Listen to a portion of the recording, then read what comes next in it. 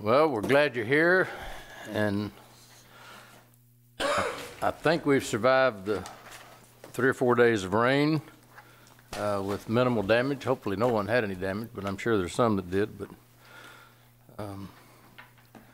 we should see lots of green yards here in the next few days. Lots of green parks. So where's Jay? Get your lawnmowers ready. And they're going to open the mosquito saddle shop here Monday, because I think we're going to have lots of mosquitoes. But anyway, we'll call the meeting to order. And the purpose of the meeting today is a budget workshop. And Mr. Tillman, you want to get us into that? Oh, we got to do. Yeah. Let me make this for the record. Mr. Smith is out of town. Yes, sir. And Ms. Opal called and is running late from the island. I don't know whether it's she'll be here bad shortly. roads or whatever it is, but anyway, she's running late. Yes, sir. Thank you. All right, Mr. Tillman. Mayor, we have 2 presentations today, and then our budget presentation. The first one will be from the Firefighters Retirement System, and then the second one will be from the Chamber of Commerce, and then we will walk through some of the budget issues. Okay.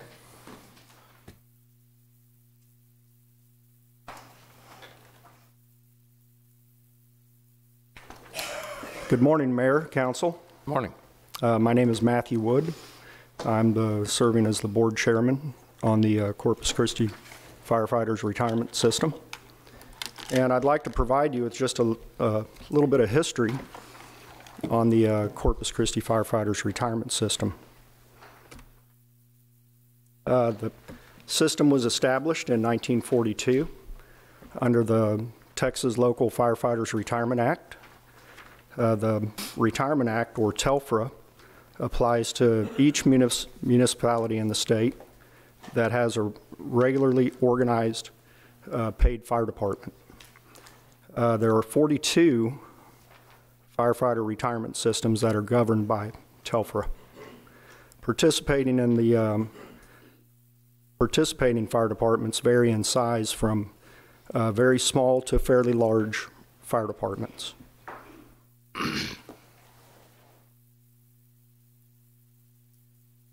TELFRA mandates that the Board of Trustees meets once a month, and we meet every 3rd Thursday of each month. The TELFRA establishes that the retirement system be comprised of a 7-member board consisting of the mayor or the mayor's appointee, the finance director or his or her appointee, 3 members of the retirement system, and 2 members of persons who are citizens who are not officers or employees of the city.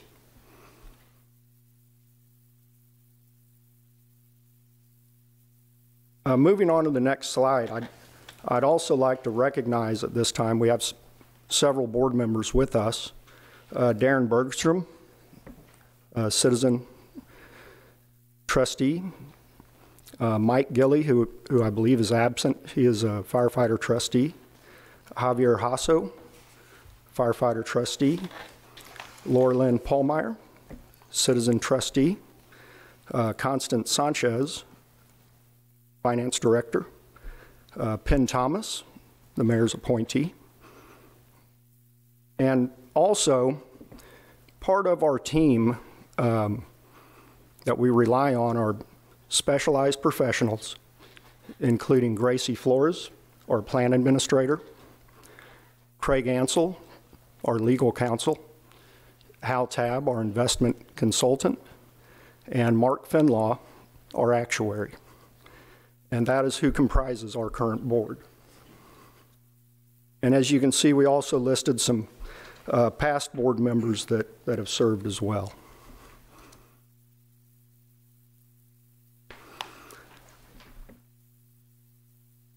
The system has approximately 400 contributing active firefighters and 300 retirees and beneficiaries. A participant is 50% vested in 10 years and completely vested at 20 years of service. A participant can retire at age 54 with at least 20 years of service.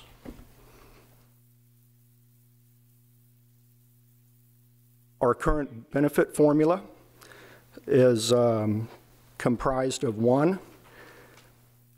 52% multiplied of the participant's highest 60-month average pay plus $150 multiplied by the participant's years of service in excess of 20 years. That's what comprises the benefit for a retiree.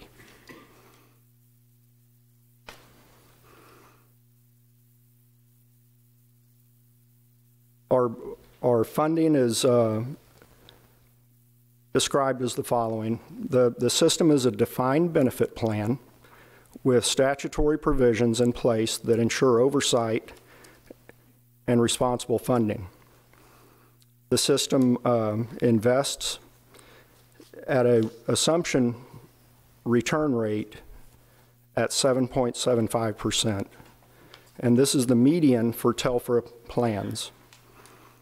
Several changes were made to the plan in 2007 to strengthen the financial condition of the fund, and it was basically overhauled after the recommendation of the Tri-Data study that was performed in 2006.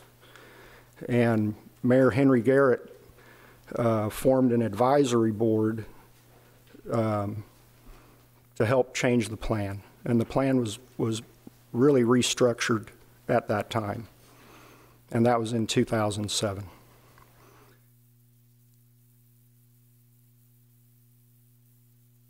Firefighters do not contribute to Social Security.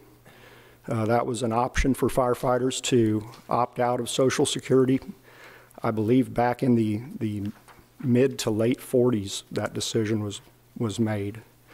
Medicare contributions are made by firefighters that were hired after 86, and firefighters contribute 13.1% of their pay. The city contributes 20.78% of biweekly pay. The next slide shows some peer systems for comparison.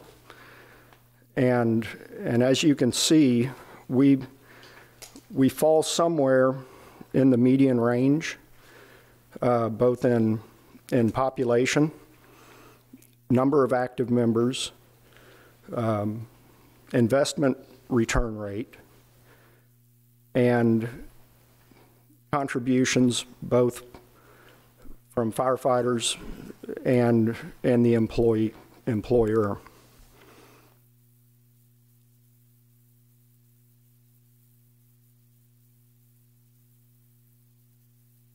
Our next slide, if you look all the way at the bottom, the year 2000 was before we performed, the overhaul basically that we did in 07. Firefighters were contributing 10%. The city was contributing 12%. And when we decided to make these changes in 07, firefighters started contributing a little over 12%, and over a 5-year period, the city ramped up its contributions to its current funding level. In 2015, firefighters also elected to increase our contributions by a little less than 1% to our current funding level.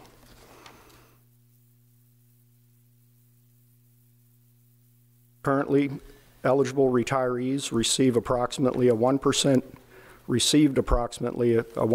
increase in December 2015 based on the good experience of the fund and an increase of contributions from firefighters from 12.2 to 13.1%. Previous retiree benefit increase was approximately 4% in July 2007 after the restructuring of the plan. Before that, retirees had not received any benefit increase in over 10 years. At this time, I'll take any questions on what I presented so far before I turn this over to Mark Finlaw, our actuary. He's going to cover the next section. Are there any questions? Question. I've got a couple just for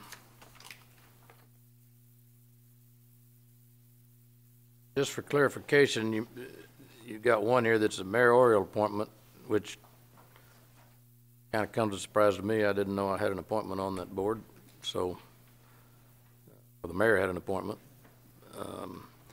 So where do the finance director or person retirement system, the firefighters elect 2 or 3 people to serve on the board? Yes, sir.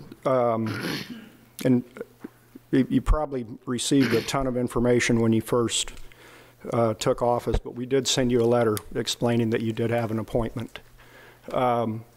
Missed that one. Yeah, the membership has been served very well by all the trustees that have served, and specifically our finance director has served on this board for a number of years. Constance has done a fantastic job with her contribution to the team. Penn Thomas, who is currently serving as mayor appointee, has also done just an outstanding service to our board. The membership, our membership elects a trustee on a staggered term, so each year a member is up for re-election, and our terms are 3-year terms.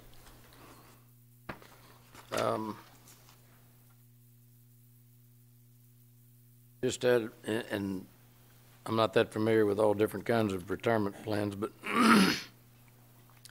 when is the last time that the retirement age or the qualifications for retirement have been reviewed? 54, I mean, in today's world, that's about equivalent of a 30-year-old. Well, Mayor, Maybe 25. that may be. The older but I get, the younger it is. I can tell you, as a fairly senior member in our fire department, firefighting is a young man's job. And the older you get, you gain in field experience and wisdom, but your body just can't do what a 25-year-old firefighter can do. So, Well, I'm not arguing that, but that's pretty much true in any business. Sure. So my question is, when is the last time that has been reviewed? the retirement age is usually reviewed every time we do an actuary, which is every other year. Okay. And if you look, if you would, just go back to the tell for a peer slide. Which number? Let me refer you to, I believe it's page 9. And if you look at other cities within the Telfra system, the vast majority of these cities, the retirement age is 50 with 20 years of service. We're actually one of the few cities that have a retirement age of 54. I understand, but I'm, okay, let's go to the next. Okay. And then I think you've got somebody that's going to be, on page 7, you say the rate of return is the assumption of 7.75%, and that's the medium. And I'm looking here at our TMRS retirement system, and they've got a annual return assumption of 6.75. So is your payment, is your distribution based on your assumption of return? Is that how you calculate what the payments are going to be for benefits, or how does that work? Our benefit is structured to where every actuary that is performed, we set an assumption rate. And that's how your payments are assumed? And that is what the benefit level, if there is an increase in benefits to be had, it has to fall within that assumption rate. So if the assumption rate is higher, then the benefits are higher? If the assumption rate is higher, the benefits could possibly be higher, but It has been a trend for us to lower that assumption rate. The past two actuaries, we have lowered our assumption rate. So I'm just asking the manager or Constance, I mean, I'm assuming that TMRS fund is probably a larger fund than the firefighter fund in terms of dollar volumes for management. Is that a good assumption? I would think that it is much larger. And if they're assuming a 6.75 rate of return versus a 7.75, that's a whole percentage point more. And these are, I mean, and if benefits are based on the assumption rates, I mean, are we using real figures or are we using fluff figures? And that's the reason we've got the balance problems that we've got. I don't know, I'm just asking. Sure. I'm not in the retirement business, so I'm just asking. If I could just make one quick comment. The state statute requires that the municipalities conduct actuarial audits every 5 years, and this is the year that we're going to be conducting an audit. We're going out for bids right now. The last audit we did, of course, was 5 years ago in 2013, and all of the actuarial assumptions were considered sound within the range, an acceptable range. So at the end of this year, we'll have another audit, which hopefully will say the same thing. Well, now, the actuarial, is that based on the assumption rate for rate of return, or what actuarial I thought had to do with the lifespan of the beneficiary? There's multiple components, but the city hires an independent actuary that looks at the firefighters' pension board's actuarial report, and they audit all the assumptions, they audit the calculations to make sure that that the report that is produced is within a acceptable range. Okay. Any other questions? Not right now, thank you. Okay. I'm just trying to learn, so. Let me turn this over to Mr. Finlaw. He's with Rudd and Wisdom Actuaries, and he may be able to expand on some of the actuary practices as All well. right, thank you. Appreciate it. Mayor and councilmen, it's great to be here today to participate with Matt and the other board members and Gracie and being a resource to y'all as you consider your budget. On slide 12, let's see if I can get this. Tell us your name again, sir. Mark Finlaw. It's F-E-N-L-A-W, and I'm with Rudd and Wisdom in Austin, Texas. We're a firm of consulting actuaries. And we're retained by the board of trustees to provide the actuarial services for the retirement system. You said page 12 or slide Yes, sir. 12? Page 12. Okay. The title of that page 12 is System Soundness. You could use a synonym or a term that's synonymous, financial health. And the system will amortize or pay off the unfunded liability in 23.1 years based on the most recent actuarial valuation. That's the most important metric for measuring the financial health of the system. And the actual plan document that the board has, which is, you know, in writing all their policy and provisions, precludes any benefit increases if that payoff period exceeds 25 years. The State Pension Review Board has pension funding guidelines, fairly brief, and they say that that period should not exceed 30 years and that the preferred target range is 10 to 25 years. If you go back to slide 10, Matt was focusing on the contribution rates, but the far right column gives that payoff period in the biennial actuarial valuations that we've done. And you can see that the highest that it has been was 26.7 years, which is really very good. There are 94 defined benefit plans in the state, if you consider TMRS as one. Texas County and District Retirement System is one. And a number of the systems since the Great Recession of 2008 have had their amortization period balloon to over 40 years. Your system has stayed very, very steady in that regard. So it's been one of the systems that has stayed in really good shape during the last 10 years. Oh, one other thing on page 12. A lot of people talk about funded ratio, and the funded ratio for the system was 62.1%. Now that's really historical up to 12/31/2016.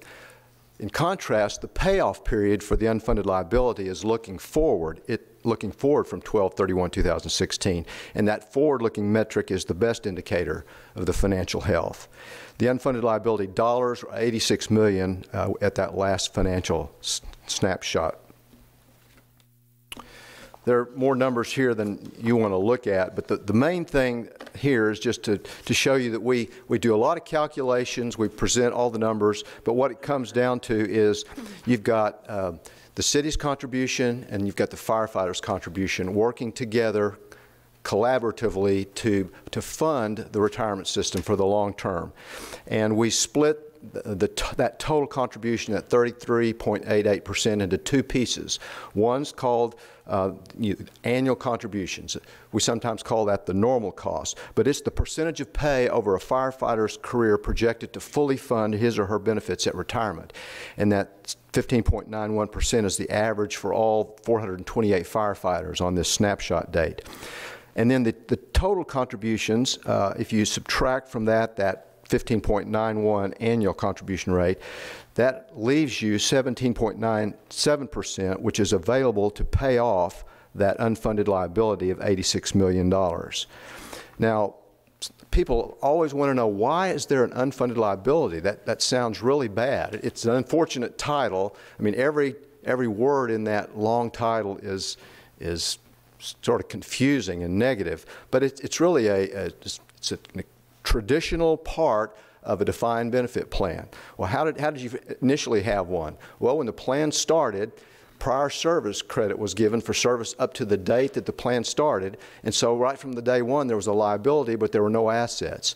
And then periodically there have been benefit improvements in the formula and ad hoc increases to the pensioners. And then in 2007, when the plan design was overhauled, the big change resulted in a $17 million increase in the unfunded liability. And that's what would have been paid if that plan design had been in place for a long time.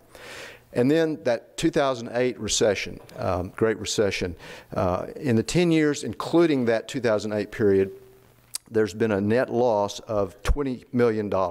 So we've had some unfortunate investment experience that came right on the heels of the redesign, and those are the two main contributors to that unfunded liability.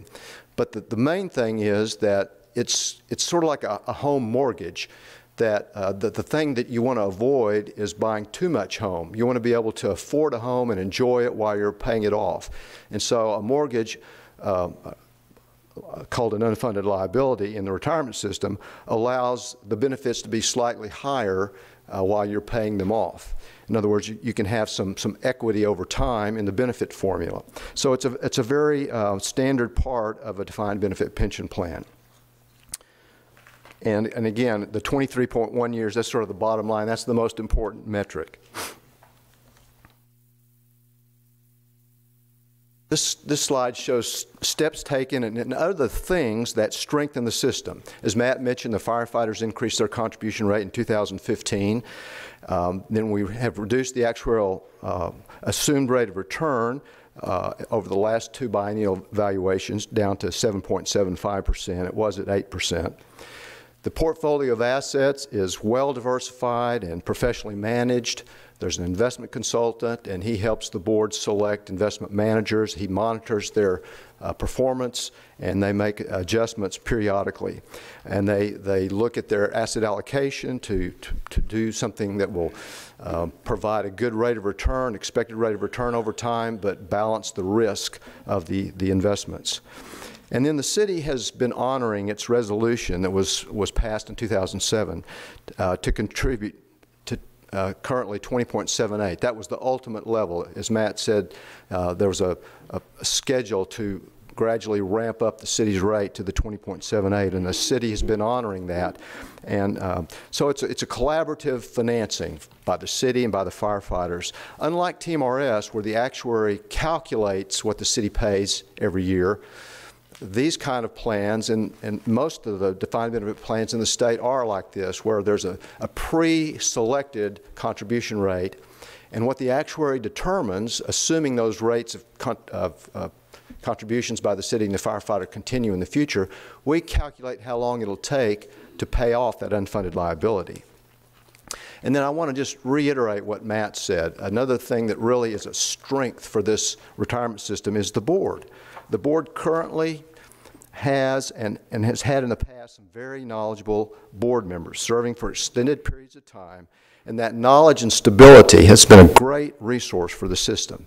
And they are fiduciaries. Now that's a sort of a legal term, but what that means is they take very seriously their responsibility to be good stewards of the system for the city, for the firefighters, for the pensioners, for the taxpayers.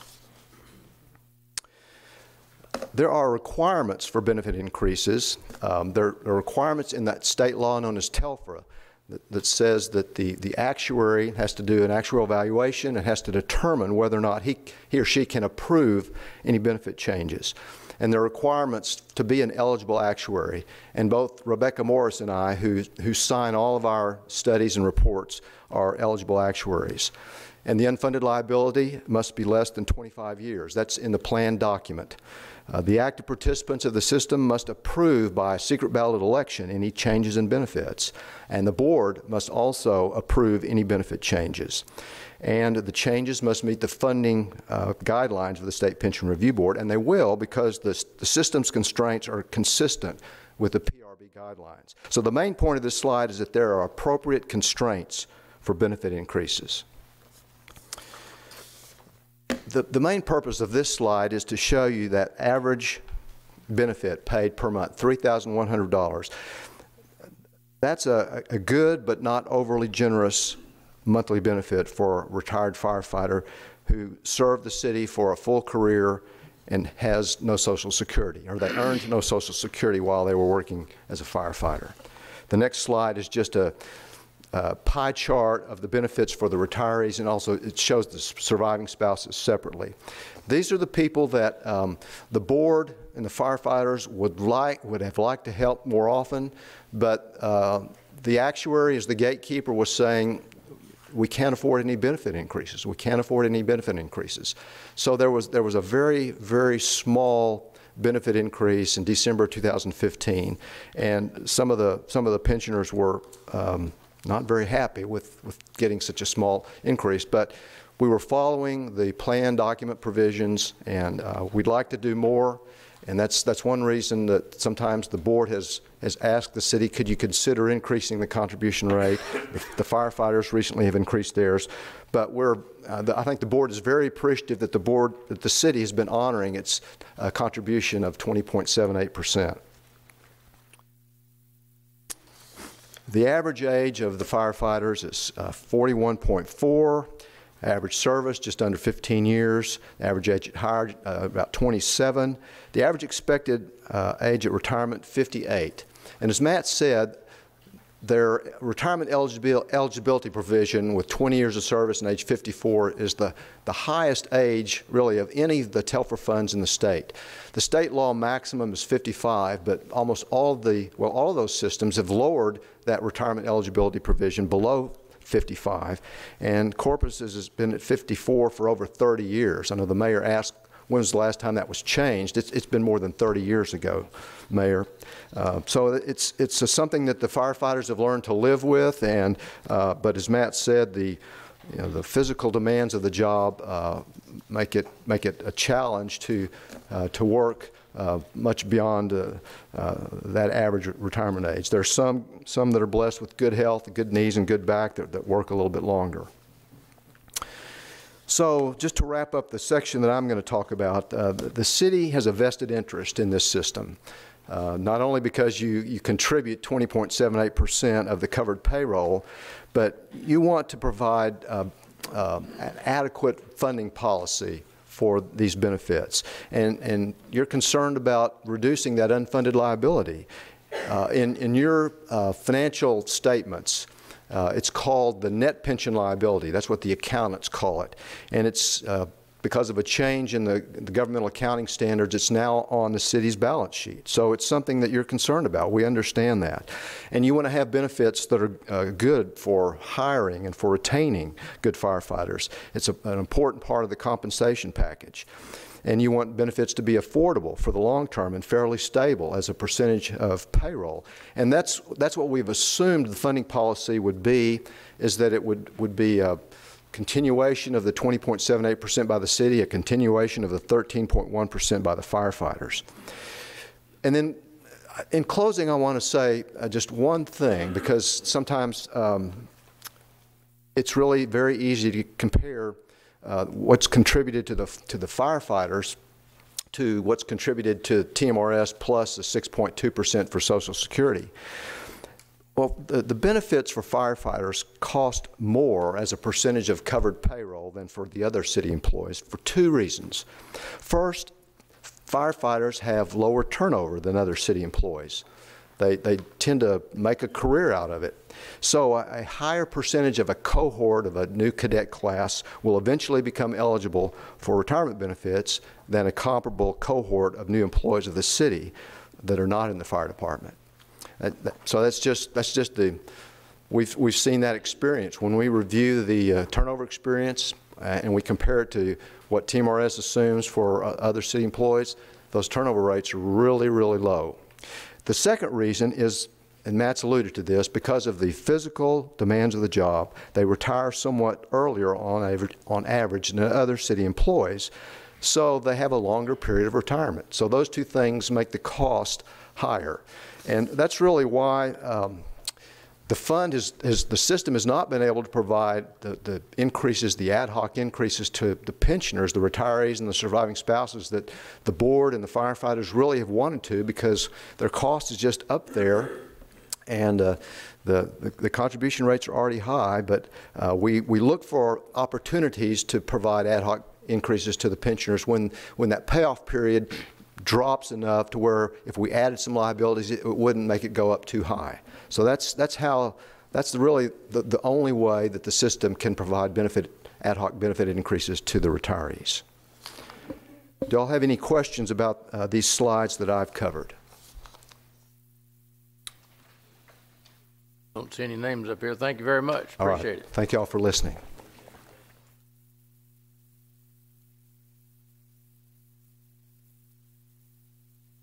Thank you, Mark. Continuing on, I'd like to just take a look at some of our practices on our board. We currently meet all the funding guidelines of the Texas State Pension Review Board. The Board of Trustees have met or exceeded the educational requirements set by the PRB. And as one of the 42 firefighter TELFRA systems, our pension fund is recognized as a leader in the development of effective approaches to pension administration, reporting, communication, and transparency. Successful actuarial peer review by the actuary selected by the city of Corpus Christi has been a long-standing tradition with our board. The city's actuaries are usually in agreement with our board procedures, policies, and what our actuaries also recommend. Our board's investment best practices, our investment consultant is a fiduciary of the retirement system. He oversees the performance of 7 professional investment managers and attends our board meetings quarterly.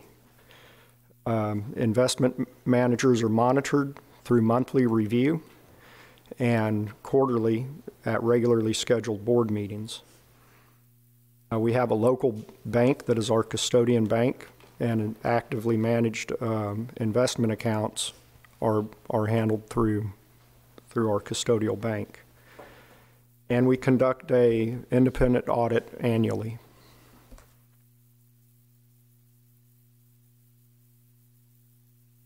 This next slide just shows a breakdown of how the fund is invested.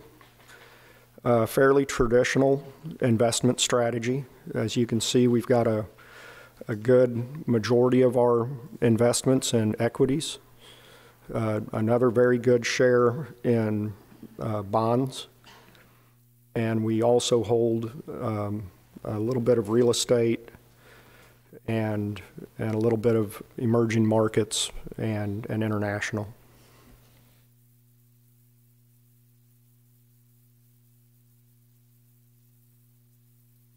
The preferred, as Mark had mentioned, the preferred range for our unfunded amortized liability is 10 to 25 years, according to the Pension Review Board's guidelines. This slide is simply showing some examples of what would need to happen with funding rates if we were to change the amortization period to a 15, 18, or 21-year theoretical period. And we left firefighter contribution rates stagnant and changed the city's contribution rates, just so you could see that by altering that timeline by just a year or two really does change the formula significantly.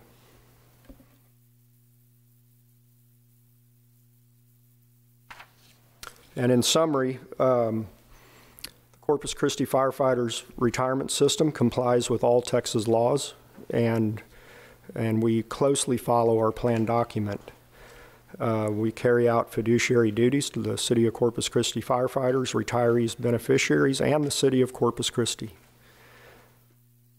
The strength and financial condition of the Corpus Christi retirement system is our ultimate goal. And we also provide benefit increases and benefits when prudent and possible to do so. That is our presentation for this morning. Do we have any other questions that I may be able to answer? I don't see any names. I got a letter, if I could, from Councilman Smith, who is out. I'll just read it, and whoever can respond to it, I'm not sure. But I'd like to thank Ms. Gracie Flores for putting together the informative presentation, and Chairman Wood and the trustees of the Corpus Christi Firefighters Association for their hard work and dedication in managing the plan. In reviewing the presentation materials, there were 3 items of concern. So whoever might be able to respond to these, here they are. 1, on the contributions distribution slide in 2006, the amortization period, or the number of years to pay the unfunded liability, was 26 years. 10 years later, in 2016, it is 23.1 years rather than 16 years that would have been expected if the actuarial assumptions match the actual results. Second issue is the fact that the unfunded liability was $42 million in 2007 compared to $86 million as of the latest actuarial report. In 9 years, the liability went up $44 million, all in the same time period that the prior councils were informed that the fund was on a path to debt freedom anywhere between 26 and 23 years. This council now is being told that we're on a 23.1-year path to full funding. Third point is on the slide of the the Corpus Christi Firefighters Retirement System funding basics is it stated that the investment rate of assumption 7.75, the medium for the Texas Firefighter Retirement Association. 40% of the TFFRA funds have a greater than 40-year amortization rate, and to use the medium of this grouping of struggling pension funds is not the best practices. It should be noted that the fund's average investment yield for the past 20 years is 7.18. In closing, I'd like to encourage the trustees to take a close look at the past performance of the fund as compared to the estimated performance and calculate future assumptions accordingly. Thank you again for the well-done update. Greg Smith. So, you know, I think it's probably best if Mark addresses some of these questions okay, that the councilman has raised. Okay, so we can for the record, I mean, we're having the meeting, that's what we're here for, so that'd be great. All right, the first question, why didn't the 26-year amortization period in 2007 drop by 10 years? It was primarily the Great Recession of 2008 that was a $30 million increase in the unfunded liability just for that. And so that we've been sort of like a large snake swallowing a big pig or something. We've been digesting that for the last 10 years. And there have been some good years with the return since then, and some not as good. And maybe I should go to number 3 right now. The way that the rate of return assumption is set, we review it every 2 years, is we don't really just look backwards and say what has been the rate of return. Because the 10-year period is, even a 20-year period is not necessarily a long enough period. It's a forward-looking assumption. We look at capital market assumptions by economists and investment consultants. We look at the asset allocation, and that's different for each Telfer Fund client that we have. So we look at the specific target asset allocation. We look at investment-related expenses. We make assumptions for each major asset class on real rates of return, looking at capital market assumptions for a group of economists and investment consultants and investment managers. And we come up with a theoretical range, and then we add inflation to that. And inflation is an assumption too. We don't know what the long-term future holds. So we look at historical inflation, we look at forecasts of inflation. And we make very long-term assumptions as actuaries. We look to the actuarial assumptions in the Social Security system for that's the best, longest forecast of inflation we can find. And they have a low, high, and a middle that they make, ranging from 2% to 3.2%. And so we look at a lot of different input items, but it's more looking back, but also looking forward. It's not just what does the system actually earn. So I can understand Mr. Smith's concern about the rate of return has only been 7.18% over the last 20 years. But, and we also are looking for opportunities to lower that 7.75% assumption. But if we did that and didn't change anything else, that would make the unfunded liability payoff period go up. So we want to do it in a gradual way so that it doesn't throw the system into what would appear to be an inadequate contribution arrangement. Excuse me. The only reason you don't adjust it to reality is to keep your unfunded liability number down? Well, we think that it is in reality. There's as Constance says, there's a range of reasonableness, and so we'd like to get it in the lower down in that range. We don't think the 7.75% is unrealistic. So if you took and used the TMRS of 6 point whatever it was, 7.5, that meant that your 23.1 would go to 25 or 27 or whatever that number calculated. Oh, it would be, Mayor, it would be higher than that. So, and I don't know that much about the business, but I do know that and we talk about transparency, I think we ought to be honest. And if we're manipulating numbers just to get to the 23.1, I've got a problem with that. Well, I would too if we were manipulating numbers. And I think that's why the city has had other actuarial firms review our assumptions, because they don't want us to be manipulating numbers, and we feel like we have an obligation to provide realistic, reasonable assumptions. That's why we review them every 2 years. And I'll just tell you that TMRS is sort of an outlier. Their assumption is the lowest in the state. The other statewide retirement systems, the Emergency Services Retirement System for volunteer firefighters, they assume 7.75. The Employees Retirement System of Texas just recently lowered their assumption from 8% to 7.5%. Texas County and District Retirement System, they reviewed their assumption, they left it at 8%. Teacher Retirement System, they've been at 8% for years, and they're going to review their assumption this year, but they've indicated that they like 8%. So TMRS they started out as an all bond fund, and they were gradually adding equities, and so their asset allocation is different, and that's why they They were at 7% when they dropped to 6.75. So it wasn't a dramatic change for them. And that's a great place to be in. So actuaries don't make dramatic changes in the investment return assumption. We look for opportunities to make gradual changes. We think that 7.75 is reasonable, but we'd like to be lower. But the assumption doesn't affect the benefits directly. Mayor, you asked about that earlier. It's the benefit formula. It's based on the definition of how the benefit is calculated, 52% of their final 5-year average salary. So it's based on their history, their salary history right before they retire. It's based on their years of service and on that formula. It's not based on the rate of return. Whether there could be an improvement in that formula is tied to the assumption. His second question was, why did the unfunded liability go from 42 million to 86? I did talk about that earlier. $17 million for the redesign and $20 million for the investment experience over the last 10 years. So those are the two primary reasons. Okay, those are responses to his questions, so thank you. Mr. Hunter? Thank you, Mayor. I got a few questions. Let's see, where should I start first? Sorry, excuse me.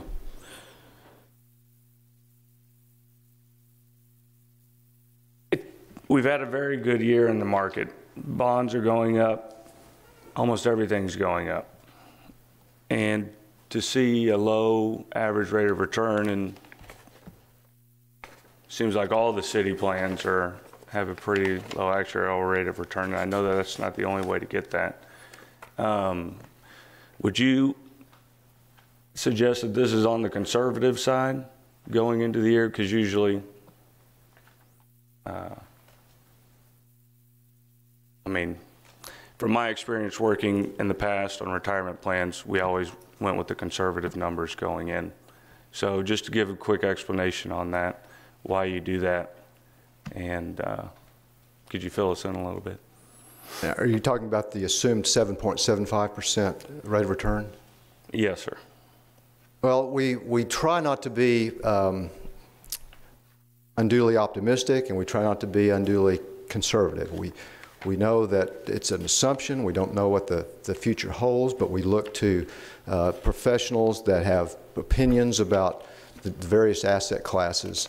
Yeah, 2017 was a great year, but we know it was just one year. And so when we're doing the actuarial valuation, we actually use an averaging method, a smoothing method, looking at the last 5 years to sort of dampen the volatility of the market.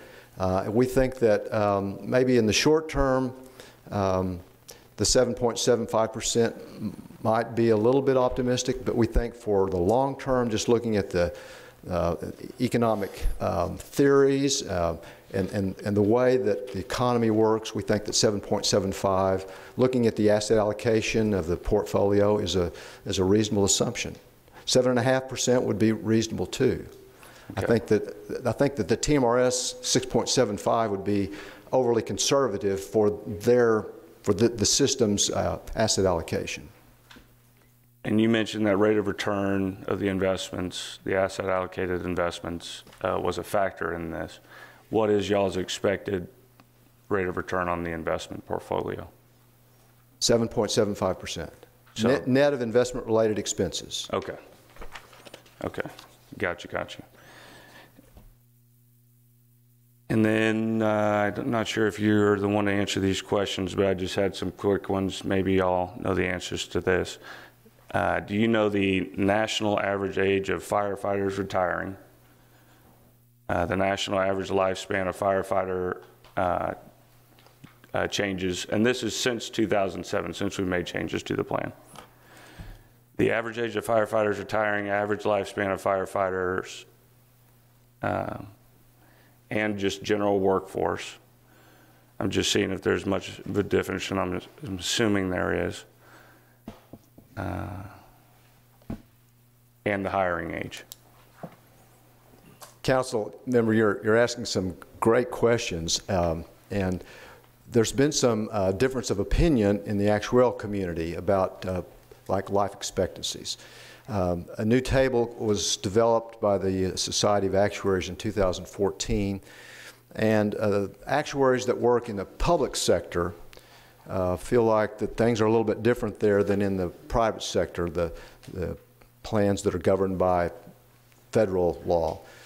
Public employee plans are governed by state and local law. And so the actuaries started asking questions, and we found that the experience that had been provided by large statewide retirement systems had been excluded. And so finally the Society of Actuaries agreed to do a separate mortality study of public employees. And they're going to separate it into 3 different types of mortality tables, one for teachers, one for fire and police, and one for other general employees. And that's supposed to be published, or the preliminary one is supposed to be published late this year, and the final next year.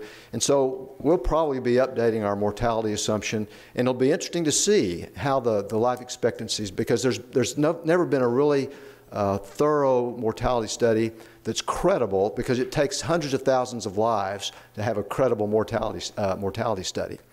And then on rates of retirement, there's not a, I don't know of any place where you can find a national average, because the average age at retirement is really a function of the plan of benefits. If you have, like San Antonio Fire and Police has 20-year regardless of age. And at about 30 years of service, you sort of can get close to the maximum benefit you can get. So they can retire regardless of age, so they tend to have lower ages at retirement. Modest benefit formulas with a higher required age results in higher average ages at retirement. So Corpus Christi's average age of 58 is probably 1 or 2 or 3 years higher than most other cities in the state. So we try to look at the experience of the system itself, but it's not large enough to have credible mortality study. We do study the termination experience. We look at the retirement experience, and we set our retirement rates based on the actual experience of the system. And then your formula to come, is the formula in here for the actuarial rate of return? It's not really a formula. Is that what page, was it 7, I think? 6?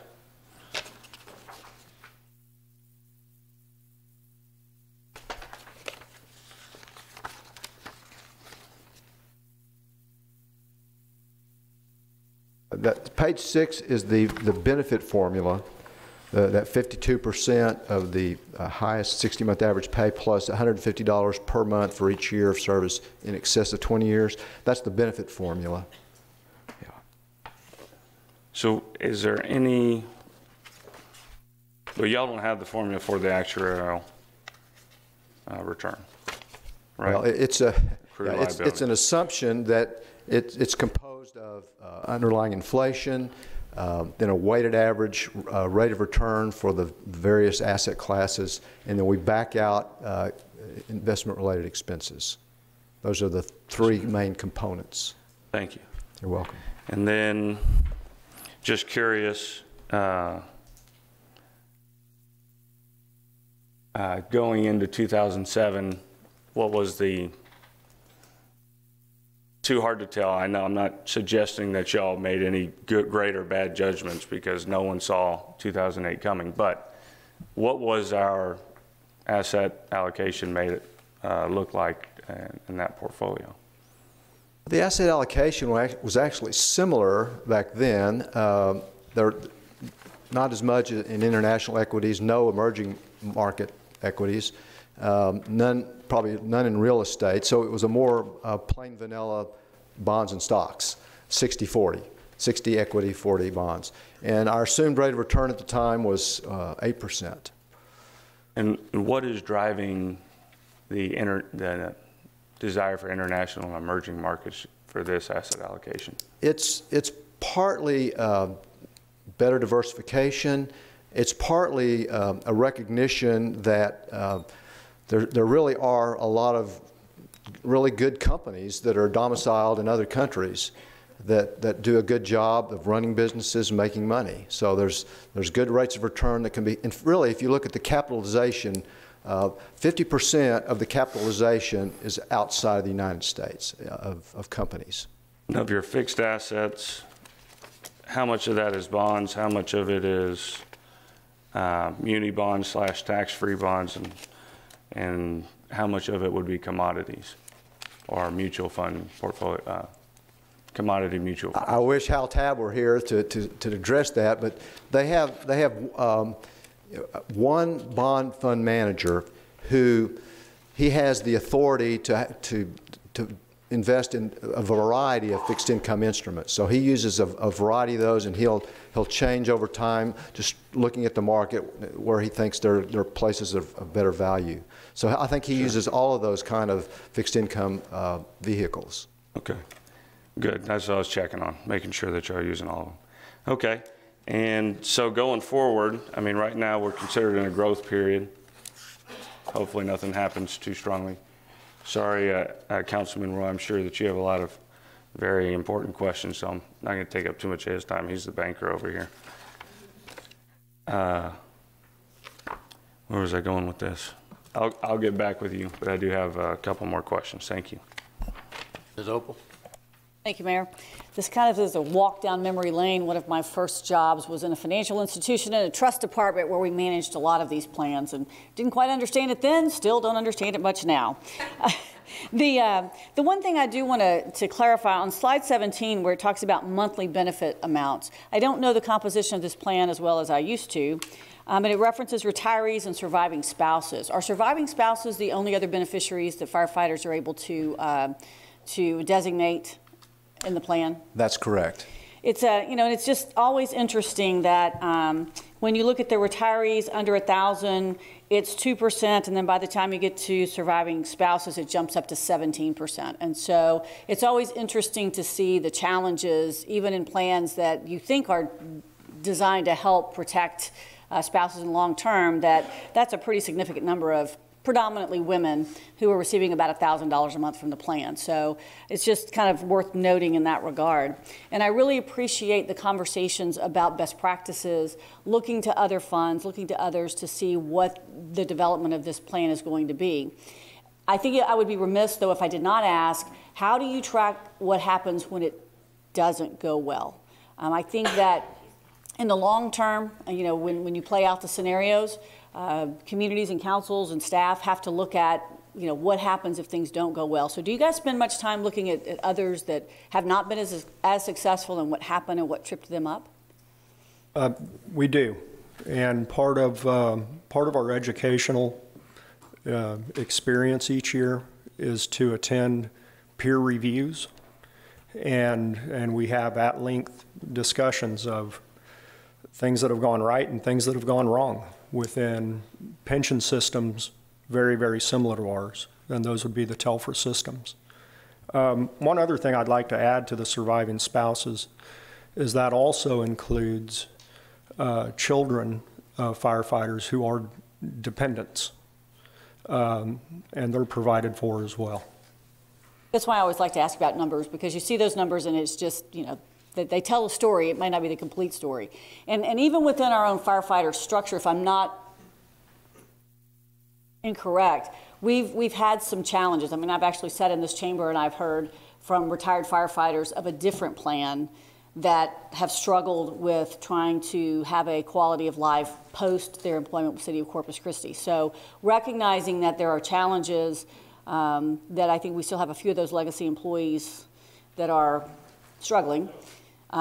We need to just make sure that this asset is well taken care of, because looking to the future, there was $30 million that disappeared in this plan. Did I get that number right? Yes. And beneficiaries have a short memory sometimes, and I don't know that we actually go back and keep track of when we go back to the new, when we reset the bar back to what it was in 2008. We always want to look forward because that seems to be the good plan. But we had a situation where we lost a significant amount of money out of that plan and all of our plans. And the reset to that is just, well, we're just going to wait it out a little longer, and we're going to say it's 26 years instead of 23 or whatever. So it's very difficult in what you do because you're looking into a future that you have no control over. And I believe having a conservative approach to that is really the best long-term strategy, because that wild enthusiasm that we've seen in the market does come back negatively when it doesn't work out the way that we planned it. So I encourage you to continue to do the good job that you're doing and make sure that we are on the conservative side and taking care of our future for our firefighters and their families. Mr. Roy? Thank you. I want to just kind of make sure that I understand historically. So basically after 2008, there was about a $20 million loss that you experienced, and then you had a plan change with about 15 million. Is that correct? Roughly. So during that time frame, that looks like to me where you started making adjustments into the city's contribution, correct? And then just doing some overall plan changes. If you didn't do that, right, and comparing to other cities in terms of their unfunded liability, that's probably why their unfunded liability is sitting at 40.1, 40.5. Is that correct? That's a good assumption. We diversified our plan.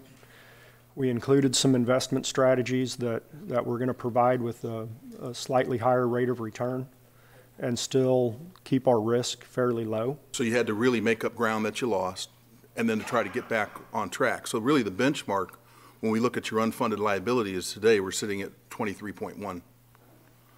And so really, in my opinion, that's probably one of the most important things, because even though our unfunded liabilities to date is 86 million, we've been able to gain ground and still get back on track at 23.1. Well, it's been at the expense of increasing benefits. The membership has been very patient with us. They've seen our investment portfolio grow, and they've seen it grow significantly. And of course, the question that I'm always asked by members is, when are we going to see a benefit increase? And the reality is that it will come very, very slow and measured. We want to be very conservative with any increases. I know that it's hard to say if you didn't do the things that you did, where would we be today? But I think if you didn't do those things, I'm pretty sure our unfunded liability would be a lot greater than what it is right now. Correct? I think that's a good assumption. Okay. All right. Thank you very much. Okay, any other questions? If not, we appreciate the presentation and the information. And Mr. Thomas, are you still here? Thank you for serving as the mayor's representative. I'm not sure which mayor appointed you, but keep up the good work. And or you may consider it a sentence. I don't know whether. But anyway, and the others that serve on the board, thank you very much. We appreciate it. Thank you so much. Thank you. No action required, no action allowed, right? Okay. It's always nice to have meetings where you don't have to take any action. Sit and listen. Okay. Huh? All right, our next item on the agenda then is a kind of a presentation of the recommendations by the United Corpus Christi Chamber of Commerce. So who's going to do that? Mr. Allen Wilson. And I see on the historical documents here that at one time you were the mayor's appointee to this firefighter board. For 8 years. All right. Well, thank you for your service on there too. If you got paid for all this volunteer work, you'd be a rich man, wouldn't you? I'm probably the reason they had the big drop. So, Mayor, thanks for letting us come back. Purpose in coming back is just to review our recommendations that everyone heard except Councilman Roy, who wasn't a councilman at that time, and to make a request. I have with me today Eric Villarreal, who's a committee member, Leah Olivery, who's a committee member, and Jenny Cross, who's staff with the United Corpus Christi Chamber and has staffed our committee. So I just wanted to First of all, my remarks are going to be brief. Summarize the presentation we made to you in a few short slides. So what do I do to arrow down? Okay. So the first thing we had to do, the mayor asked us to form a committee. It was made up of 7 or 8 community people, and also staff was very helpful to us. First thing we had to do, and our charge was not to be engineers, but to figure out where we could get revenue to solve our residential construction issue, not maintenance and not arterials and collectors, but residential reconstruction. So we estimated in 2015 dollars that there was an $800 million nut to crack to meet the existing rehabilitation reconstruction needs for residential streets. That number was not pulled out of the air. We did use engineers, a couple at least, that actually counted miles and unit costs to come up with some number. There was a range, and you can get paralyzed trying to analyze that to death. So we took the range and put it in the middle.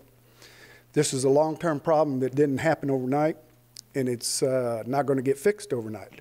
We'll have to be persistent and consistent. So then, at that point, we had to decide how much revenue are we going to try to recommend that we begin to spend annually so that we start catching up, realizing, again, it won't happen overnight.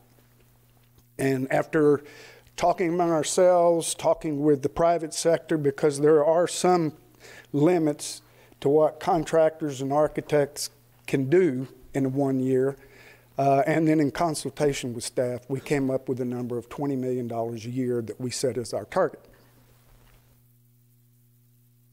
So our recommendations were really about 4 or 5-fold.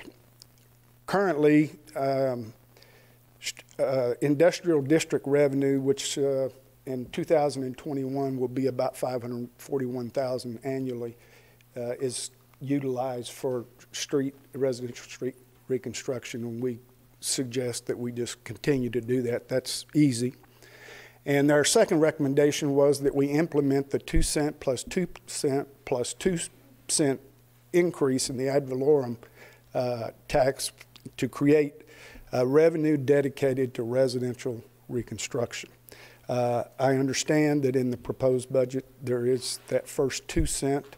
We would encourage you as we go forward to implement all 6 cents over 3 years because the voters said they're willing to pay for it. I guess an overriding statement I would make in talking to our members at the chamber and people in the community, people are willing to pay if they know where the money's going, and that overriding principle is fix the streets. And I know you've addressed it, and we drive it down, you see everywhere we're addressing it. This was just one part that hadn't really been adequately addressed. Each 2 cents raises about $3.4 million, so if you do the full 6 cents over 3 years, you're going to be north of $10 million a year, and you're halfway to our goal. So we strongly urge that we keep implementing the 2 cents.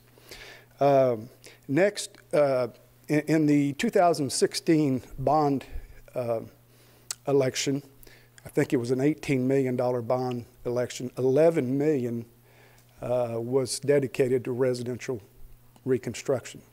And so we recommended that we stick with that number, $5.5 million a year or $11 million in every 2 years. And we have recommended, by the way, even a resolution by the Chamber Board that the council consider. This was passed, I believe, last year or year before, but we continue to stick by it. We think it makes good sense to plan bonds every 2 years. It helps everybody plan, staff, engineers, all the people that are involved, if they know there's going to be a steady bond program. So, and I guess that's one of the reasons we're here today. In the proposed 2018 bond election, As you know, the first two propositions, Prop A is 52 million, Prop B is 22 million. Prop A, no tax increase, 1 cent tax increase on Prop B. In that 74 million, as compared to the 18 that we did 2 years ago, there's no money for residential street construction. And we would ask that the staff and council reconsider that. 2 reasons. It's kind of out of sight, out of mind. On a long-term fix, if you don't start and stay after it, you never catch up. I understand there's a need in the arterials and collectors, but we're proposing 74 million for arterials and collectors and 0 for residential. We would ask that you put the 11 million that we recommended in Prop A or Prop B. The other reason is not only we want to get started in a balanced way, arterials and collectors and residential, but also we think it helps the marketability of the bond program if residents know, hey, there's hope for my street if they have a bad street. And so we would suggest that you reconsider that and switch some money to Prop A and Prop B. We also recommended solid waste fee increases of $2 the first year, $1 the next year, and $1 the third year. Each dollar gets you about $1 million. And I understand there's a proposed increase in solid waste fee for other purpose right now. If you can't get the 2, if you could get 1.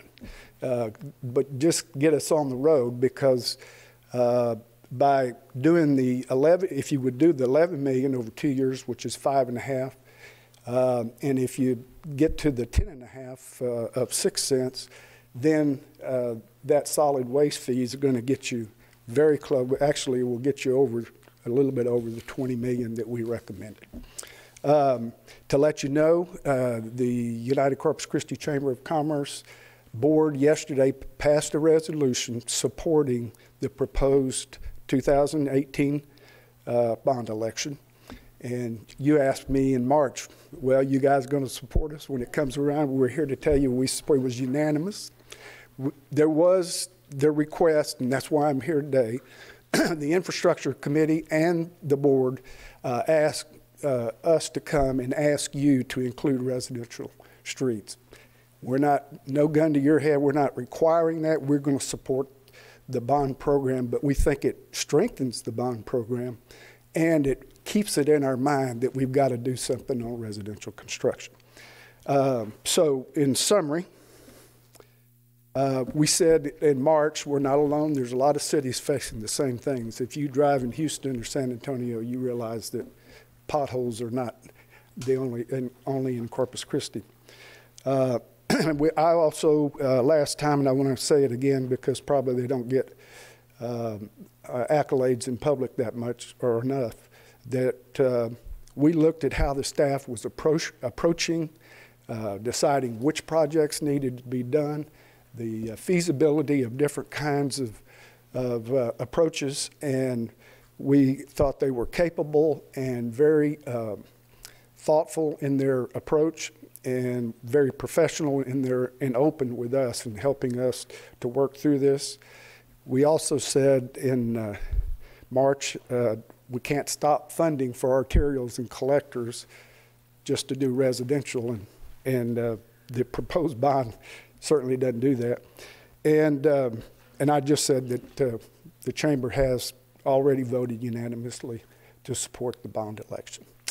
And our last comment in March, and I think it still is good today, to do nothing is really not an option. That's my comments. Well, thank you very much. And I appreciate the chamber accepting my invitation to help. And I think you've done yeoman's work, and I think back in March we said that, and we appreciate you staying with us, and we're getting down there, and I think everybody, at least my sense is the council agrees with you. I can't speak for them, but I certainly think from comments we've heard in the past and what we're hearing through the community that people really would like to have the streets fixed. So thank you. Ms. Opal's got her light. Anyone else have a question while Real quickly, Mr. Wilson, you know, I do want to remind the community that the way that we've been successful at communicating and explaining some of the needs to increase, you know, our tax rate and fund some of these projects has been because the Corpus Christi and Hispanic Chamber of Commerce and now the United Chamber of Commerce has chosen to use its extensive leverage within the community to help us educate and actually promote. You know, the city staff is in a unique position in terms of promoting these projects, and so we need that external support to help broaden the understanding of why these things are beneficial. I still have my initial concern, and I think we may get a little bit more information about this, is that the city of Corpus Christi, as our ratepayers and taxpayers, they're all one entity. And whether it comes from the right pocket or the left pocket, at the end of the day, when you draw that line at the bottom and you foot it, they're writing a bill for all of it. They write a check for the bill that covers the whole fee. So we have to be very cognizant of how we do this so that we ensure we don't overreach and then get that, you know, knee-jerk reaction. And then the last thing that I would like to say is that I leave a challenge to you, the chamber.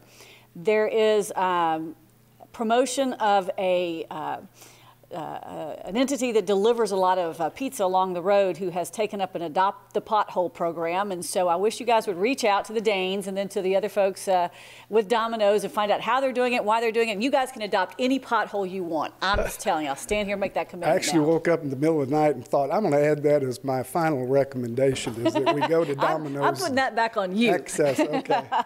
All right. Thank you. We'll call them. Ms. Guajardo? I just want to thank you, Mr. Wilson, Eric, Leah, Jenny, for being here and for taking, I know this took a lot of time, so thanks for taking on this task. It really, really does help council. Thank you. Thank you. Any other comment? All right, well, thank you very much. As we're getting closer to the date we got to take decisions, we'll certainly keep this there, but I can assure you we all ran on fixing our streets, so I think we're all rowing in the same direction on this one. Appreciate it very much. Thank you for the time. All right. Mr. Selman, you're number 3. Yes, Mayor, thank you. And we'll begin we're going to do a little bit of tag teaming on this presentation today. To start us off will be Eddie Houlihan, our Budget Director. Good morning, Mayor, Council. Eddie Houlihan with the Office of Management and Budget.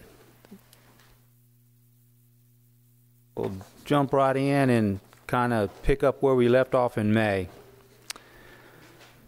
In May, the shortfall that at that time we communicated to you was $9,231,000, and we presented some options listed there: solid waste increase, utility transfer, some reductions in the internal service fund departments, and some reductions in general fund area.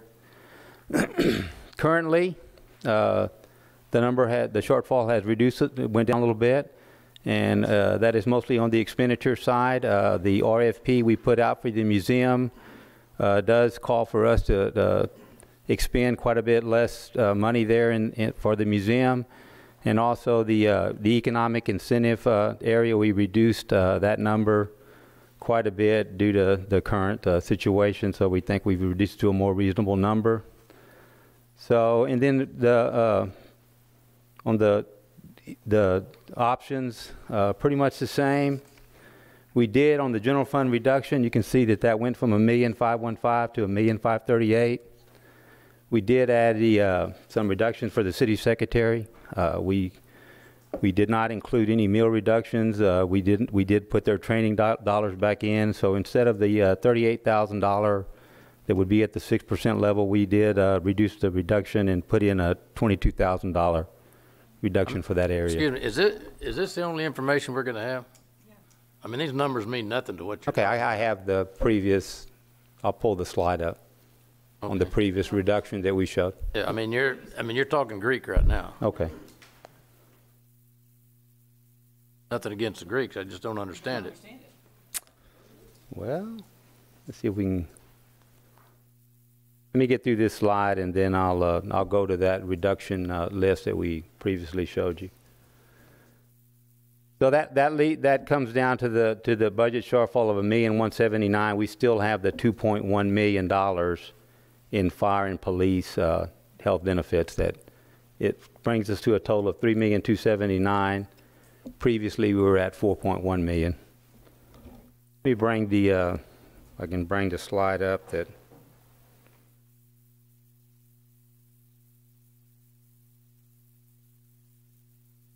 In the back, can you bring up 3B? So I have it here, let's see.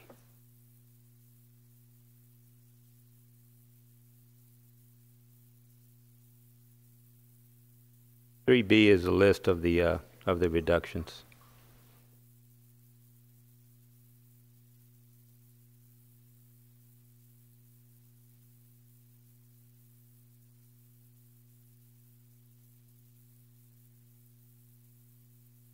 Here's a list of, I think she brought up 3C, but here's a list of reductions that we showed you in May, to include Park and Rec of $621,000, reduction in staff, eliminating some playground equipment.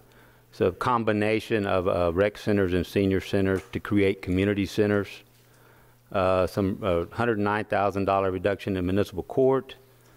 Some reductions in the both assistant city manager offices, city attorney reduction of a little over $56,000, management and budget a reduction of 1 in the staff, a retirement, finance a reduction of $179,000, human resources a little over 100, communications was going to reduce about 48.9.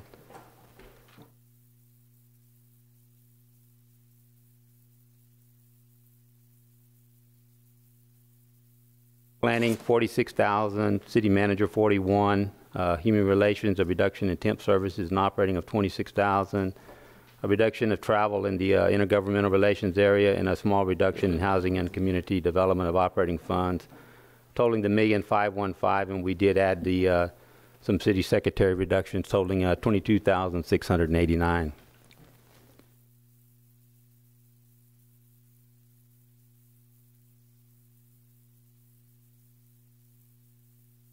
We can jump back to previous. Mr. Houlihan, before you go, on that previous slide, it talked about the Park and Rec, $600,000 and change, and in that it included a reference to the centers. And then on the one that, page 2 of today, it's like there's no library reductions and no senior center closures. So how did we close the gap between $600,000 for Park and Recreation, and then, you know, these came off the table? So I guess I guess I'm not really good at moving as quickly through the numbers as you are, but I don't understand. I mean, I don't understand the process, because at one point the council was presented with these options, and now those options aren't there. And so I'm just a little uncomfortable about how all these numbers are moving around, and the staff has got, you know, it's your job at the end of the day. You have to make all this work. But as we've well seen over the course of the last few weeks, the community comes back to this chamber and talks to this council about that, and I certainly don't feel equipped with this information to understand how we got here. In the May presentation, we had no library reductions. But it said on that piece, so if you go back one slide from what we're looking at right now, back one slide. Presentation. I know you're having to move around from an odd. So if it goes back one slide. Need to go back to the 3A presentation. She can bring it up for me.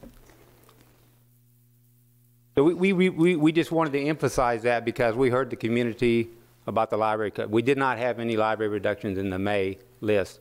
But the words were, 1.5. Did I just miss that slide? Did I just miss the? I mean, that slide said reductions in senior center. I mean, no, that's in the Park and Rec area. We were combining seniors and rec centers, but not closing any senior centers.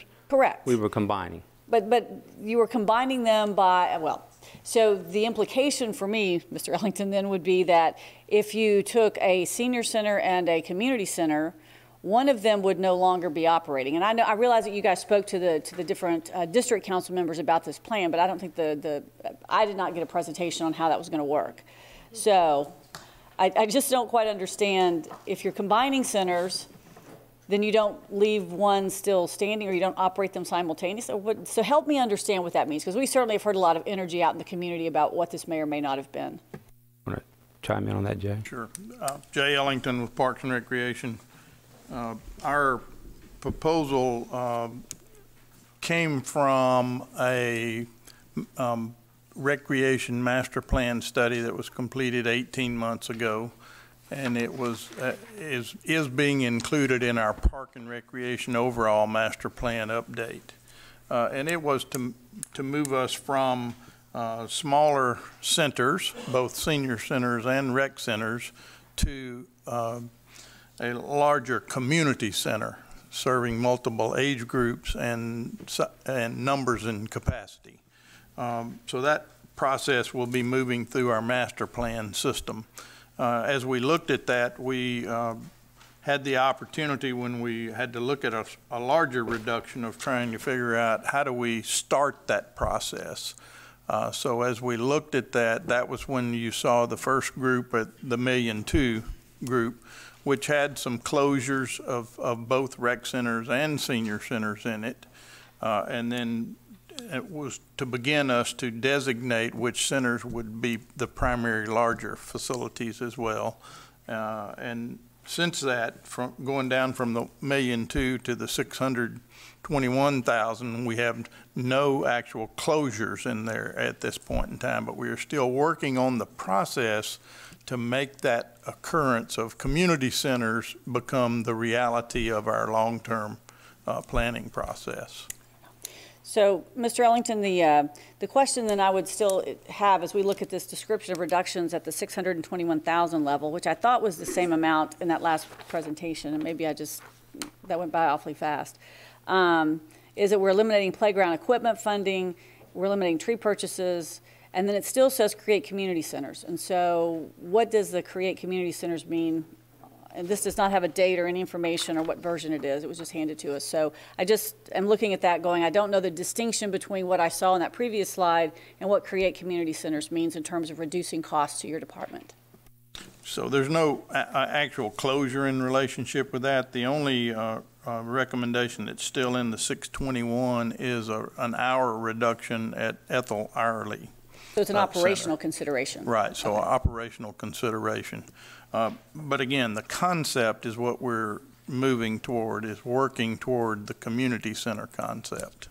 And I would say, Mr. Ellington, having worked in the private sector and looking at, organizations that have assets and being able to maximize the utilization of those assets for the maximum number of people is what government gets challenged to act like business, and this is an example of where I think you're looking ahead to try to find how you do that in a very impactful way for the community that uses your facilities, and I applaud you for all those efforts. Thank you. And we are looking to the community to determine if there are other nonprofits and other organizations in the community that can use some of these facilities as we begin to figure out which ones we end up with in the long run. And this is a 20-year process to make this transition. Let me ask you a question, Mr. Dillon. The shortfall, in other words, every general fund department is taking a hickey except for, from the way I read your bullet point here, except for what departments in the general fund are not taking a hit to cover this shortfall to get us to the 3.279 million shortfall? Police, fire. Who's not taking a hit? Police, fire, animal control, library, city auditor. I believe those are the five that we have there. The library's not taking a hit? No, sir. And what else? Police, fire, code, animal control.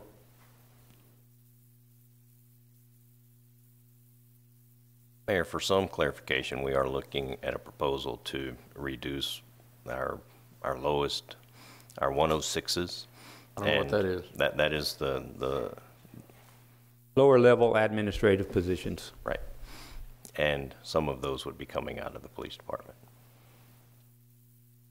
Well, I mean, as they say, all affairs in love and war. I don't think, I mean, everybody ought to be subject to some kind of hit if we're trying to get a target.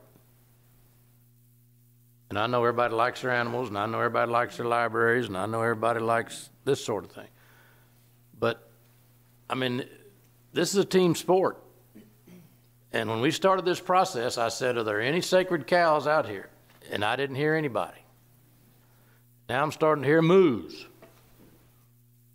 There are some cows, evidently. But we started this process, there's no sacred cows, and this whole council agreed to it. Yes, we did. You sat right here and we did. And so now, I mean, and we were supposed to save, and I don't know, maybe this number that you're talking about, the increase in police and fire benefits, is that a cost based on the bids for the insurance, or where does that come from? Yes, that number's been there for quite a while. It is an increased cost of the actuarial cost that they are assuming for next year. And we've gone out for bids and we didn't find any savings. We did? And if we did, I mean, is this a good number? It could have been 5 million, I guess, or 4 million, and it came in at 2, so we got something to celebrate, if that's a fact. That's correct, Mayor. So the amount that's reflected there does include the savings that we realized by going out for bid for our new providers. Okay. Otherwise, that number would have been higher had we not done that. All right. So, I mean, we need some positives too, and that's good. But I'm just, the only tax increase that's included in this budget is the 2 cents for the streets. That was known going in. And I don't think this council has any appetite to go with any more tax increase. They may, I don't know. But I hope that's not what you're pushing for. I'm not going to support that, especially when you're eliminating these other departments or giving them a pass on having to come up with some cuts. It's just, I mean, we're talking fair. So anyway, let's continue to proceed, but remembering the original, there's no sacred cows but the mooing I'm hearing, and, I don't know where we're going to go from here. Ms. Wartho? Well, I don't recall signing or agreeing to anything that said, if we didn't speak then, which I did not, and that was purposely done, because I don't believe that these budget workshops that we're having exclude any of our opinions in terms of what we consider individually for your own district or as a whole as important. So do we all have sacred cows? I guarantee you, if we asked everyone up here to write down what your sacred cow is, everybody would have at least 2 to 3, if not more. So I think this is the time to speak about that. And I recognize you cut from certain departments that make sense to cut. It isn't always, quote, fair, but what is fair? I'll tell you here and now, and I don't know who would disagree, but I think that in terms of cutting from, what are we going to cut from the police department? That has to do directly with our citizens. I understand, I guess that's what I'm saying, is I understand you're certain, this is what you guys do. You guys do this. This is your jobs behind those walls back here. So I get you're not touching certain pieces of this pie. And so thank you for the work you're doing. And I understand your comments, Mayor. I do. But let me also remind us that we, too, have a $3,600 fund that not one person up here uses, not even, as a matter of fact, the most that fund has been used in the last 3 years has been to 45%. The least it's been used is 22%. So we too are part of that. What I'm talking about is... What are we talking about? We're talking about your business fund, the $3,600. And that's a very small amount, but it isn't. Travel or business, the seminars and such. The travel business account that's in council policies. Yes, yes, right. Yes. And so my point, though, is we get $3,600 each, and we don't use it. No one uses it to its fullest extent ever, from what I can see here on these numbers. But beyond that, my point is this. We, too, then are included in this. So I want to talk about this little fund, which is not huge, but it is, because it's 40. If we each gave, let's say 600, it's $3,600 a year. We each gave $600 of that 36. That's 4,800. That number just happens to be the number that we talked about for, you know, the food and such. That would help that. And I think every bit helps that. It's up to us individually. But anyway, we can get to that when you get to, you know, later in the presentation. But we've got a part too. That's my point, is we also have a part in cutting back. Ms. Opal? Mayor, I certainly appreciate the comments that you've made. And I know that when we began this budget process, we really wanted to look at making sure that we did examine every department and we look for every opportunity. The result of that came out to be a little stunning, and I don't think was an accurate reflection. And I don't think that each department has the ability to contribute and across the board without some pretty serious implications. I must also commend Chief Markle and his team, because last year when we came up against a challenge as it related to streets, he was one of the first ones to step up with some funding from his department. I think it was $500,000, I can't remember exactly how much, to help us meet that need in the obligation of residential streets. So our public safety team, I think, does contribute in a very positive way. The other thing I've been known to say is we can't 3D print officers or firefighters. So if we don't have a good, strong academy, if we don't have a pipeline to put those folks back on the street in 18 months in the time frame that we need, we'll end up in a very difficult situation. So we have to look at, I think, each department and what it brings to the table. I think last year, public safety did step up, and we can't just look at it at a snapshot in time. We have to look at this as an ongoing course of action for the entire organization. We're all one big family. We all pull together, and if we need to cough up a little money to help pay for lunches, we can sure do that. We might even do that out of our own pockets, and then, you know, commend the folks who are trying to do that. But I understand your point about we need to be fair and equitable, but even like parents, fair is not always equitable to our kids either. So I think we have to look at each one of these individually. Thank you. Ms. Rubio. Well, there are some little moves out there, okay? And I agree with Councilwoman Lindsay Opal, because there are some, I think that public safety, you can't get rid of it.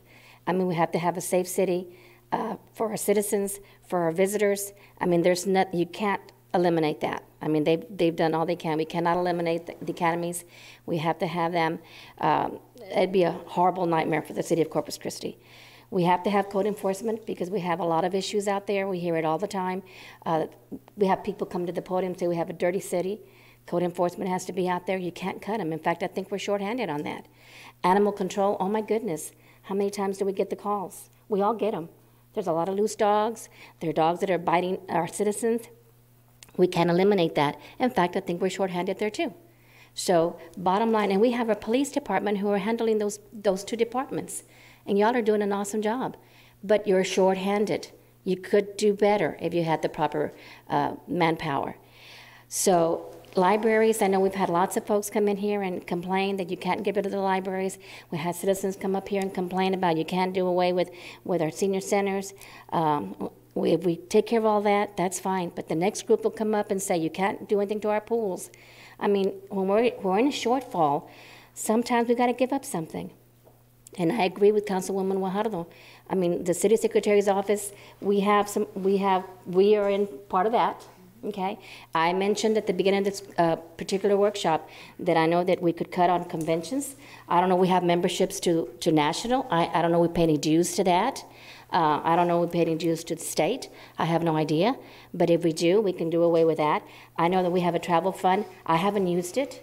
I don't think I even used it last year. I'm not sure. But we can look at that.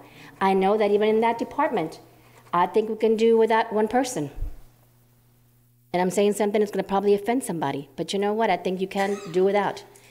We had one that moved to another department, and I didn't think that was a critical area to be considered. So maybe we need to look at that. So there's some areas that we still look at. But I've always said, I've been through this process with the CCISD, and I told the employees, and we told the employees, we're in a difficult crunch. Do you want to keep your job, or do you want to lose your job? So people band together, and we made it work. We didn't have to let go of anyone because people who retired, then, you know, if it was essential, then you hired them, and if not, you know, you worked a little harder, you worked a little tighter. I know I got a letter from someone out there that wasn't happy with me because I made a comment about that particular, going back to the departments. I know all of y'all have given up somebody, and I appreciate all your hard work. But there's still, you know, you can still do something, look a little harder, like Ms. Guajardo said. You know, even us, I don't have a problem. And I don't mind paying for my own meals, but give me my hour. Okay, that's just simple. Because I think that's only fair. And I don't mind paying for my meals. And this particular budget workshop is for next year. I'm not going to be here. Okay? So y'all decide what you want to do, but I think we can work a little harder and just make so we don't get rid of anybody.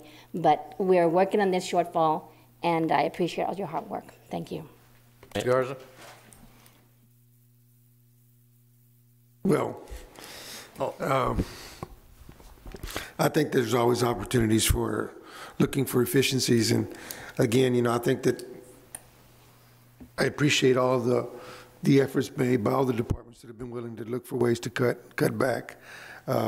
City Secretary's office, council, we're willing to take whatever measures we need to take. And again, it's not about travel or dues or even meals. I mean, like I said, if we think $3,000 is going to have an impact and have a huge effect on where we wind up on the budget, I mean, it's all right with me. I just think that yes, we look for increased improvement in certain departments, and only because you struggle with animal control, or you struggle with code enforcement, or you struggle with the utility business office. It's not all about staffing. I think a lot of it has to do with efficiencies, looking for efficiency, look for ways to do things better, make more use of the resources you already have. And so, again, I think that I appreciate all the contributions and all the times that the police department has stepped up to try to help and shore up those areas of concern. But if we're still looking for dollars, the big dollars are, if you look at the percentage of the budgets, the big dollars are in police and fire. And only because you make some adjustments and you make some improvements doesn't mean that you're going to deliver a lesser product, that you're going to deliver lesser protection for the citizens. I mean, again, it's a struggle, it's a challenge, but again, we're not talking about eliminating anything related to public safety, the type of service that the police currently provide or the fire currently provide. Now, I know if you look at code enforcement, and I was in code enforcement, I was overseeing code enforcement when I was in the Building Standards Board many years ago, 14, 15 years ago, and we had 7 or 8 code enforcement officers at that time. And we've got maybe 15 or 16, maybe up to 17 now, I think. And again, we still have the issues that we have in our community related to code enforcement. And I think sometimes we still need to look at benchmarking to see if there's other communities that are doing it better than we can, if we may be able to get more community involvement. We are strictly in a reactive mode. We go and we respond to complaints. Instead of, if we go and we're responding to a complaint, looking along the same street and looking around the same neighborhood and looking at all the different violations that there are, so you can write in one fell swoop, write 10 citations instead of 1. And so again, I do believe that there are ways to be more efficient in the way we try to do our job and trying to deliver more product or more benefit to the citizens. And so again, I'm not talking about reductions. I'm talking about being able to do more with what we have. And so we are, you know, challenged right now. We are willing to make the necessary sacrifices up here on the council. But I also think that if you're looking for better benefit to the citizens, it's not all about just increasing staffing. Thank you. Mr. Selman? Thank you, Mayor. A lot of the points that have been made, staff has taken a good hard look at this, and as we get through the presentation, you'll see some recommendations of staff to implement quite a few things. Number one, to take care of this shortfall as we get to the end of this presentation, and then number two, the street side as well, how we're going to look at handling our residential streets. We're going to look at both of those avenues as we go forward in this presentation. I do want to add that we've got a lot of department directors, all of our department directors, the ones that I know, are very committed to what they do in serving this community and in serving this public. And that's what you want out of your department directors, whether it's an internal service such as finance, or if it's the police and fire department that are on the streets, and code enforcement people that are on the street every day. Everyone in the organization, as far as I know from the top side, are committed to the services that that department provides and want to provide the best services that they can. And sometimes that requires some sacrifices, because at some point with cuts comes level of service. And we've looked at efficiencies, and these departments over the years have looked at efficiencies and have cut, and we're going to talk about a little bit as we get into the tax rate, how we've looked at our tax rate and how the departments have had to cut over the last decade and a half. But if we could, I know we're short on time, Mayor. I don't know if we'll be able to shoehorn the rest of this presentation into the next 5 minutes, but we will try. And I'm going to, something as we move forward and get to the end of this meeting, maybe consider a workshop for next week, next Thursday, as an idea to float. But if we could move forward through the presentation and cover as much as we can in the time that we have over the next 5 minutes or so. Well, I apologize, and I will profusely apologize. I should have let you. Everybody's excited about it, and we should have let you finish the presentation before we ever started talking, and I apologize. So, Mr. Hunter, if you don't mind deferring to your question, let's try to get it finished, and I'll make that apology, and I'll try to do better in the future. Mayor, we could skip all the way to the end, but. No, I don't think we'll be doing a disservice. I think we need. Let's do. I don't know what other people's agendas are. I think. So that first slide really represents that we've got 3.2 to make up. It indicates that none of the academies are being compromised, that our accreditation and our library services is not being compromised, which it would if it were to get cuts, and that there's no closures on senior citizens. I want to make those points bulleted on that first slide. As you go to the next slide, you can see these are the points made by the chamber, and we just received their presentation. And they've got additional considerations for residential streets, which we're going to get to. The next slide is a breakdown of our tax rate. And this is important because really what we have done over the last length of time, maybe decade and a half, maybe even longer, every time there was an opportunity on the INS side, your tax rate is made up of two segments, your M&O and your interest in sinking funds. Every time there was room underneath the interest in sinking fund, it was viewed as opportunity to issue debt. So that's been static. What that has done over time is hurt the M&O side, and what you've seen is reductions on the M&O side so that debt could be issued. If you think about it that way. And that's what's happened over time. And our services have been impacted by that, and our ability to provide services. And that's why you get a lot of phone calls. The people that we have folks come in here and they speak and they say, well, we used to do this and we used to do that. And they're correct. Those are things we used to do, but mid-management cuts and other things happen, and that level of service drops. The needle drops a little bit. With every cut, the needle has to move. And so that is essentially what has happened. So what we're going to be looking at as we go into the budget cycle, and as the budget that will be brought to you, we'll be looking at this tax rate and moving the INS and the M&O, keeping the primary rate the same, the 60 cents. Of course, going up to the 62. But the idea is that we're going to be focusing on these two different tax rates as we move forward. The next slide is a presentation on a movement on a spend-as-you-go program. The chamber has laid out a desire to do residential streets. We think we have a plan here that will work for residential streets. It does not include going into debt. It is a proposal to do a spend-as-you-go. What you have is your Type B.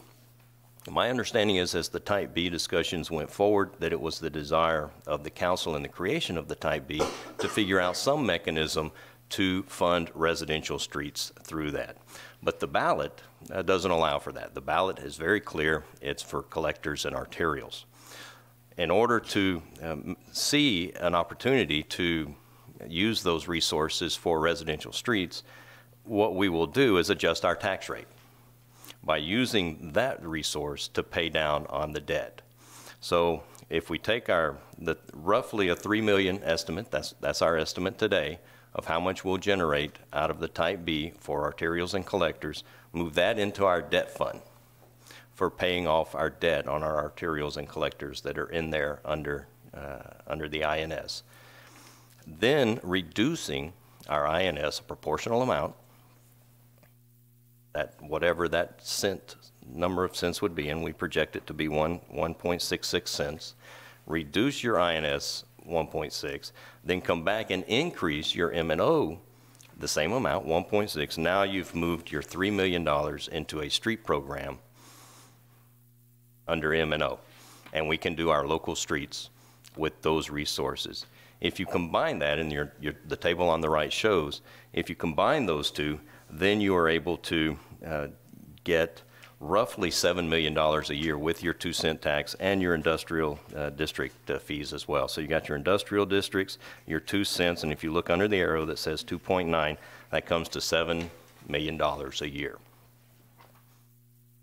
And that's just flat. Let's assume that no other taxes come in. Now, if you double that and look to expend that every other year, now you're looking at $14 million on a spend as you go every other year for residential streets. And what that allows for is a planning process on our engineering team and then an award process every other year. It builds in a nice process on an every other year. And that is what the chamber was presenting when they were saying, let's look at bonding every 2 years. Same kind of concept, but in this scenario, it's a spend as you go. If you increase that 2 cents if you continue on with 2 cents, 2 cents, 2 cents, you'll see that that needle actually moves as high as 27 million every other year.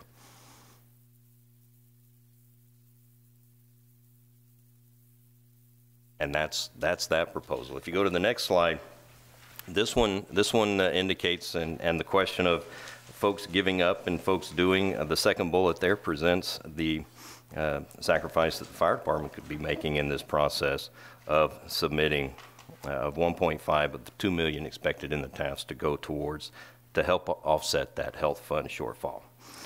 Also, we have met, going back up to the top bullet now, we have met with our financial advisor, and he believes that we also have the opportunities to move the needle again on the interest and sinking fund amount and move another cent from that over to the M&O, which picks us up 1.8.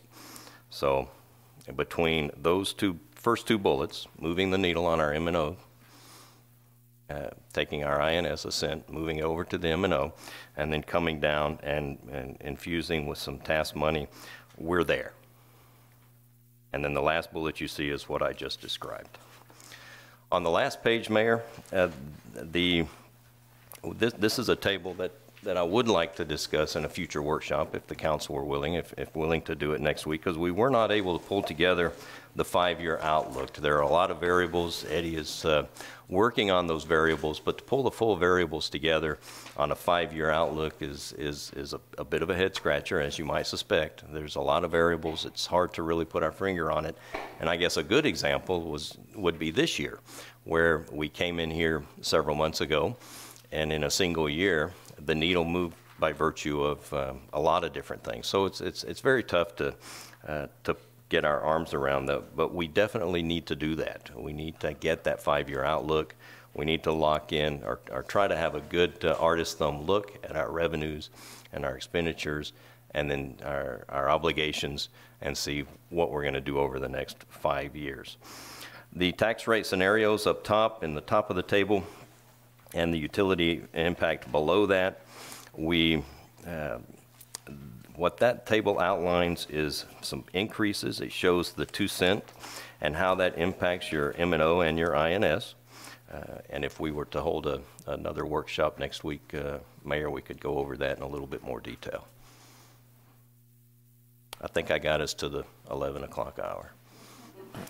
Well, and it may work out right. I think this is a new concept, and I think it's pretty creative, and I think we need a little time to kind of digest it. And I don't have a problem with a workshop next week. What day would you be proposing that? Again, Thursday, Mayor. Next Thursday would be the 28th.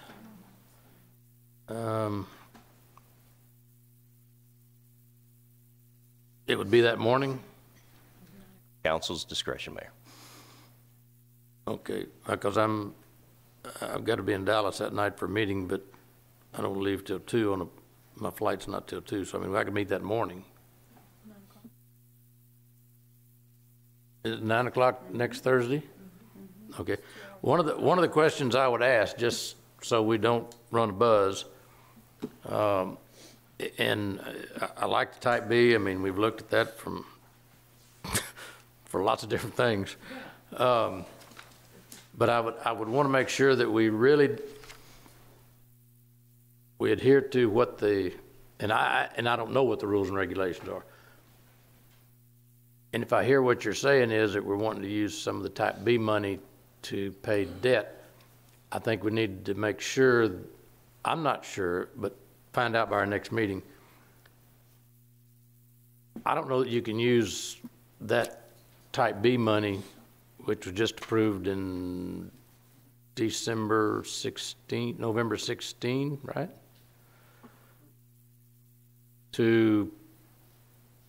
Which would be a new authorization of funds to pay debt service on existing debt prior to the election. You may be able to, I don't know. So I think we need to get that question answered, because I'd hate for us to get so far down and then we get bond counsel or we get our legal counsel to tell us you can't use new monies to pay existing debt. And we just keep it as clean as we can for the voters. I mean, that's, yes, sir. But anyway, those things to be looked at. But I mean, I like new ideas, and so anybody have any other just real quick question? Mr. Hunter, you had a question before we went to this thing. So. I think I can wait till next week, man. Well, I mean, ask it right. We're Fine, yes. okay. I don't want us to get All right, real quick, Ms. Mahartha. Yes, Mr. Selman, I'm happy to see that we are now looking at this TASP revenue as a more secure, I guess, revenue stream. But I'd like to know, because there was some discussion in terms of the fire department found this money. They brought it to us, which was a very good thing because they found it. As much as I know, we have to be team players, all of us. Is this going to be something where this, whatever it may be, and I know we've got estimated numbers as to the 1.52 million, it becomes something that's just, it's going to gap every other department where they also have their needs, and I'm sure I can speak for them to say that they would like to use that money in the futures for certain things that they need, they have a shortfall in. Can we keep that in mind? Yes, ma'am, we will. But again, I'm very happy to see that this has become a more concrete revenue stream where it wasn't we hope so. At all. Right. What Mrs. Wahardo has said, I think that that's going to be true cross-platform. You know, when I think about the police department, they've identified grants that are public safety grants. I know some of the recommendations you've put would be financial resources for the libraries. In the general fund, whether you're solid waste or you're the fire department or you're the library or you're parks and recreation, those funds don't have their own accounting other than budgetary. They all kind of come back into the general fund. And I think ultimately it's this council, guided by staff's recommendation, that allocates those resources at the end of the day. So I think that's a very good point, that when you look at departments who have accountabilities, that general fund is kind of many hands make light work. So we have to make sure that we allocate those resources appropriately, and we appreciate all of the great work that departments do to find other people's money. So some of it's our money, but it just brings it back home. Thank you.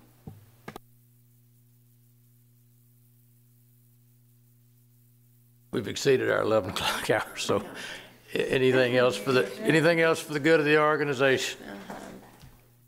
Hit it down. Workshop's adjourned.